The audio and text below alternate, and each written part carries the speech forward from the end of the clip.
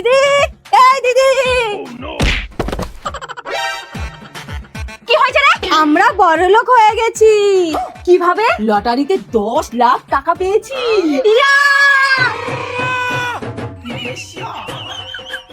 তা কি করবি টাকা দিয়ে? ভাবছি বাবার দেয়া জায়গাটাতে ছোট্ট একটা ঘর বানাবো। আমার অনেক দিনের স্বপ্ন, নিজের একটা ঘর হবে। ধুর পাগল, ছোট ঘর দিয়ে কি করবি? স্বপ্ন দেখতে হলে বড় করে দেখতে হয়, বুঝলি? তুই চাইলে দোতলাও করতে পারবি। কিভাবে? এটাও জানিস না?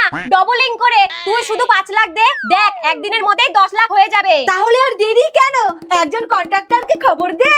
তাহলে এই পুরো জায়গাটাই আপনার? হ্যাঁ, এইখানে যদি দুটো ঘর করি তাহলে কত খরচ হবে? 10 লাখে হয়ে যাবে স্যার। 10 লাখে হয়ে যাবে। আর যদি সেকেন্ড ফ্লোরে দুটো ঘর করি তাহলে? আরো 5 লাখ স্যার। ওপরে একটু কম লাগে, তাই আরো 5 লাখ। ও, 1 মিনিট।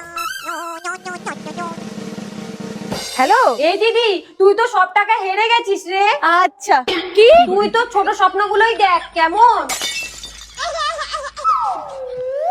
বলছি দাদা, বাজেটে একটু টান পড়েছে। তা আমি বলছিলাম কি, আপনি আগে সেকেন্ড ফ্লোরটা বানান, আর একটা লটারি পেলেই নিচের ফ্লোরটা বানিয়ে নেব। এই তুই কালকের থেকে অন্য কাজ খোঁজ, আমি এই কাজ ছেড়ে দেবো।